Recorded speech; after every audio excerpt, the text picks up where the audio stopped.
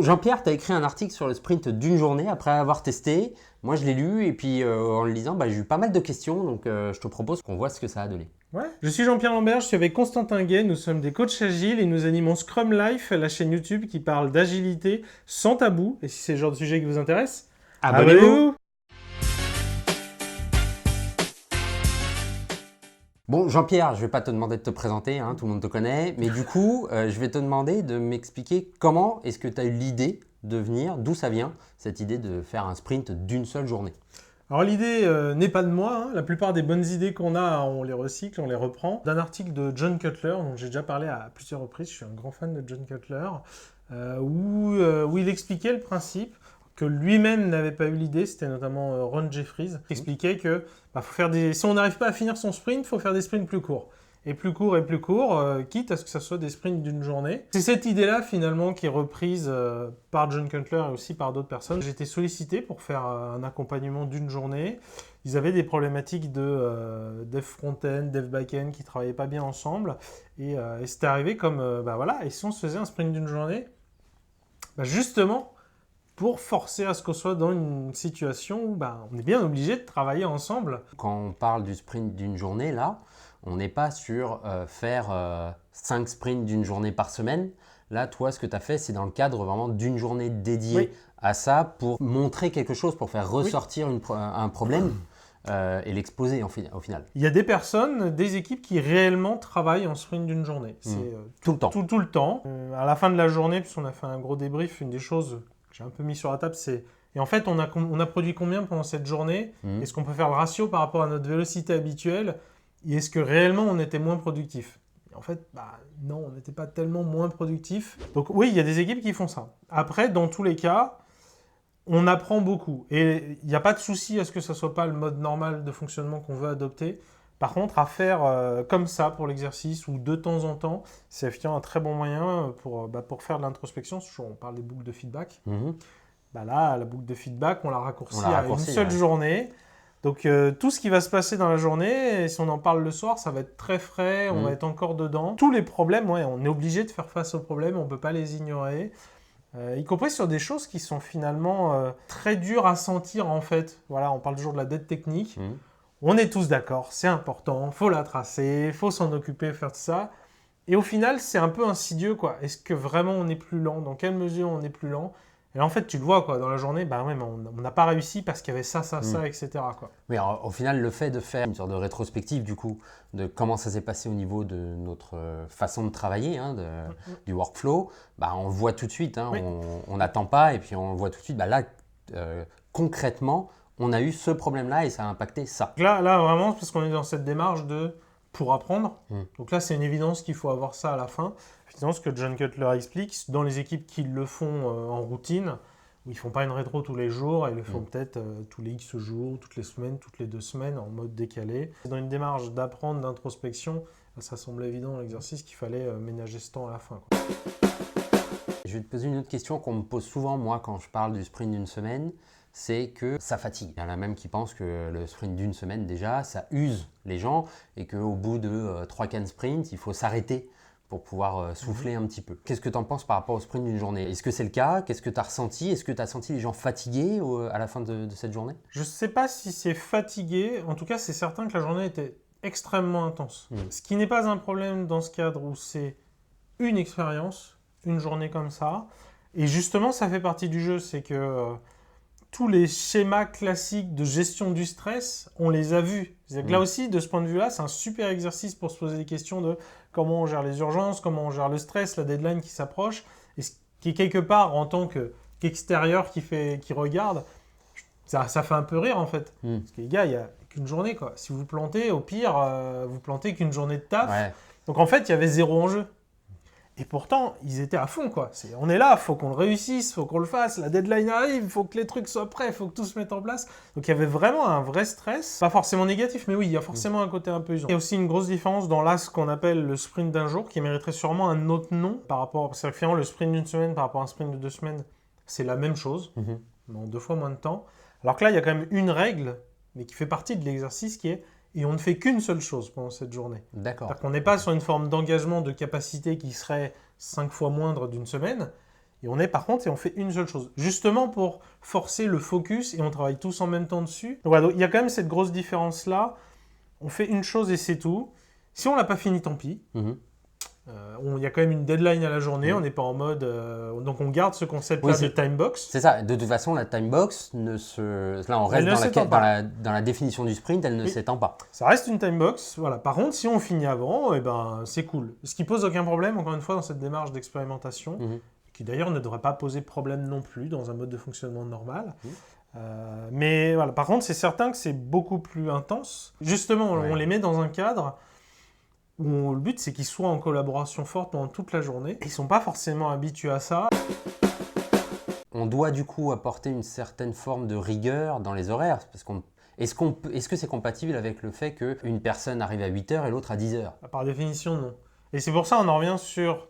C'est pas forcément pour toutes les équipes. Par contre, toutes les équipes gagneraient à le faire, encore une fois, comme un exercice, de temps en temps, ou juste une fois. Et donc, comment ça s'est déroulé alors? On a commencé par recadrer un peu l'exercice. Pourquoi est-ce qu'on estime que ça sera un exercice intéressant, d'où ça vient, etc. Voilà. Et poser les règles, du coup, de la journée, de l'exercice. La première phrase, c'est...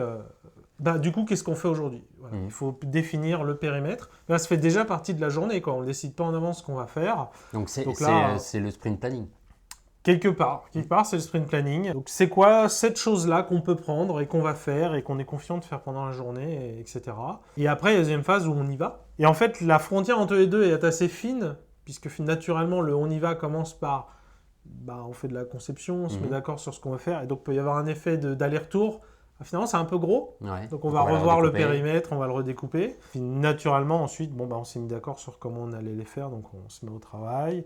Et puis en fin de journée, là, il y a la phase de débrief. Voilà, si on a réussi à faire ce qu'on pensait faire, on le démontre. On le démontre, on est super content, on a réussi à créer de la valeur.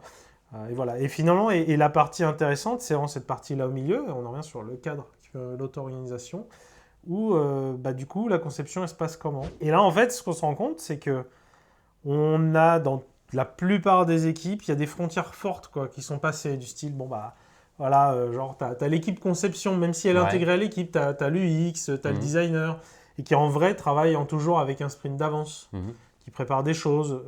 Et là, dans ce cas-là, toi, là, pas du tout. Ils n'avaient rien préparé avant?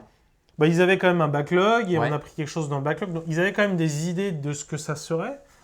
D'ailleurs, ils sont partis d'une plus grosse feature qu'ils ont découpée déjà en plus petit. C'est ce côté très fluide en fait, du coup, tu fais le grooming dans la foulée, qui du coup t'ajustes ton backlog et définit le périmètre de l'itération, etc. Surtout, c'est qu'en fait, on se rend compte que quand tu mets ce cadre-là, il n'y a juste aucune barrière au fait que... Et si on préparait les choses au dernier moment et tous ensemble, ça se fait juste tout seul en fait. On a énormément de barrières, hein. On se dit non, ça c'est pas mon taf, ou genre moi je me mets pas au boulot tant que j'ai pas les specs, ou etc. Ou moi il faut que je travaille. Et en vrai, sauf certains cas, on a des dépendances fortes avec une autre... Mais en général, on voudrait faire une évol du produit. C'est un tout petit truc, hein. Ça va être fait en une journée. Donc c'est petit, il faut que ça apporte de la valeur. Bien sûr. Donc le truc il va être tout petit, en vrai, tu as plein de choses où tu peux en toute autonomie, l'équipe peut décider, on fait ça sera ces règles métiers, ce sera ce design, ce sera là, ça sera cette forme-là. Et ça se fait collectivement. Tu as expliqué que tu avais donné des règles au début, tu les avais expliquées, pourquoi est-ce qu'on faisait ça, tout ça. Régulièrement, tu leur rappelais un petit peu justement ce cadre. Attention, on arrive vers la fin, tout ça. Alors il y a aussi un peu dans le début, parce qu'ils avaient quand même des interrogations avant d'y aller. Donc il y a eu pas mal d'échanges sur le fait que oui, il va peut-être falloir céder, travailler sur les choses où on n'est pas à l'aise. C'est peut-être l'occasion de tester du pair programming, ou pas forcément pair programming, mais travailler à plusieurs sur la même chose.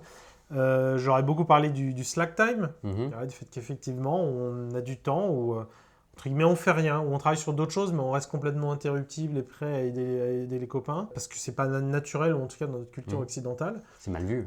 On est formaté à se sentir coupable quand on travaille pas. Il y a une chose à faire aujourd'hui, c'est la seule chose qui compte. Ce que je trouve assez intéressant là-dedans, c'est que le fait aussi que l'itération soit très courte, j'ai l'impression qu'ils ont été obligés de s'auto-organiser, de trouver des solutions par eux-mêmes, de ne pas attendre que quelqu'un leur dise quoi faire et comment faire, mais qu'au final, ils avaient un objectif et ils ont été obligés de trouver comment faire pendant cette journée. Oui. Toi, tu es plus à les aider à sortir la tête et puis à ne pas plonger. À renforcer le cadre. C'est ça. Ce fameux cadre. La plupart des gens n'ont pas de souci à s'auto-organiser. Oui. On organise tous nos vacances, il n'y a pas de souci. Par contre, effectivement, si le cadre n'est pas clair, on perd pied, on ne sait pas s'organiser. C'était vraiment pas naturel de se dire je travaille sur autre chose que mon expertise. On revient sur le cadre. Ouais, et là, du coup, ça les a poussés. C'est clairement passé des choses.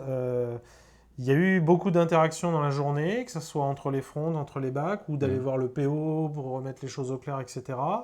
À la fin de la journée, ils n'ont pas eu le temps de dérouler le plan de test, puisque ça ne se déployait pas en pré-prod à temps, mais ils ont quand même fait un plan de test qu'ils allaient se partager, alors que traditionnellement, c'était le PO et le business analyst qui se tapaient ça. Il y a quand même des vraies différences. Ils ont fait toute la conception ensemble, et c'est quand même ça la première approche pour commencer à aller dans d'autres compétences. C'est quand même juste je m'intéresse au travail des autres, comment ça marche, c'est quoi la valeur ajoutée, comment je le comprends.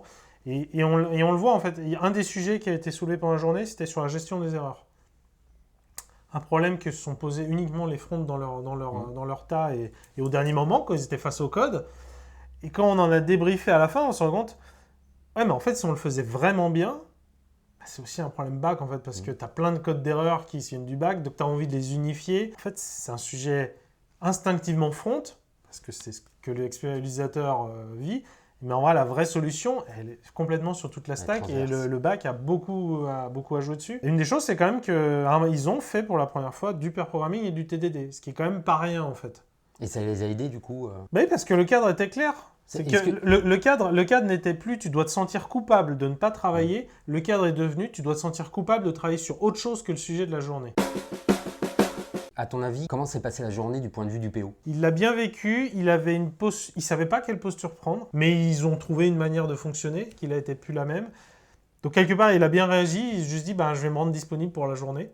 Alors voilà, d'habitude, il y a plus, on va dire, des touch points assez bien définis. Arrivé à 15h, il commençait à se stresser un peu. Je crois que c'était dit qu'on finissait à 17h et que vu que le processus de release était parfois un peu compliqué, donc c'est à 16h qu'on arrête le dev logiquement. Donc à 15h, il y avait un peu doute du on est où, on est on track ou pas.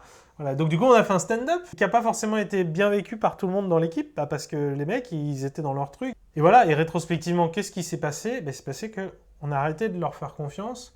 On a voulu intervenir, on a envie d'avoir le status meeting en milieu de journée. Déjà, c'est intéressant en termes de posture de chacun. C'est intéressant sur à nouveau la gestion du stress. Ils auraient totalement pu le faire si c'était à leur initiative, qu'ils l'avaient planifié le matin, ou que d'eux-mêmes ils disent non les gars là c'est pas possible vraiment, il faut qu'on fasse un truc. Voilà. Par contre là effectivement que le PO, les stakeholders ils arrivent, ça le fait là ou pas C'était plus un besoin de reporting que de l'équipe elle-même. Reporting ou de se rassurer quoi. Est-ce que c'est quelque chose que tu recommandes du coup comme ça sur du one shot et ou vraiment sur des périodes, une journée de temps en temps, comme ça? Alors, clairement, je le recommande à toutes les équipes, voilà, vraiment pour apprendre. Ça pousse tout à l'extrême. Tous les problèmes, on va les voir, et en plus, on va avoir cette boucle de feedback proche, qui fait ça va être frais, quoi. On va pouvoir travailler dessus si on veut, voilà, que ce soit la gestion du stress, la dette technique, comment on groom, comment on travaille, notre process, voilà, les bonnes pratiques de développement logiciel. Ça peut être une manière d'animer, effectivement, que de temps en temps, peut-être qu'on estime qu'il faut faire une pause. C'est peut-être pour faire un team building. Ça, j'ai pas dit, c'est un super moment de team building, pour le coup, parce que tout le monde est là, tout le monde est ensemble, tout le monde travaille ensemble, etc. Ça, je pense que c'est pertinent pour toutes les équipes. C'est peut-être encore plus pertinent en phase de bootstrap d'une équipe, plutôt que faire un sprint zéro un peu flottant, etc. On a un vrai besoin au début de former l'équipe, de faire du team building, de trouver ses process. Pourquoi pas faire une semaine de 5 sprints d'une journée, voilà, pour se forcer déjà à être ensemble, pour se connaître, même si on est totalement d'accord que ça ne sera pas notre mode de croisière ensemble, qu'on aura 2 jours de télétravail par semaine, qu'il y en a qui arriveront à 10h, qu'il y en a qui partiront à 17h. Voilà. Mais voilà, c'est la phase où on se découvre, on apprend, on travaille ensemble, où on doit voir aussi nos process et comment on les fait évoluer, etc. Je pense que ça peut être une très bonne manière de bootstrapper une équipe. Après, en mode de fonctionnement continu, je pense que c'est vraiment très personnel, quoi. Je pense qu'il y a vraiment des personnes... Moi, je pense que je kifferais ça. Moi, en tant que développeur, je kifferais ça, d'être vraiment là pour les autres, quoi. D'être en interaction permanente du matin jusqu'au soir, focalisé sur la valeur, sur toutes ces choses-là, etc. Merci beaucoup Jean-Pierre. Plaisir, Constantin. J'espère que tu reviendras sur Scrum Life. J'espère aussi. Peut-être dès la semaine prochaine. Peut-être.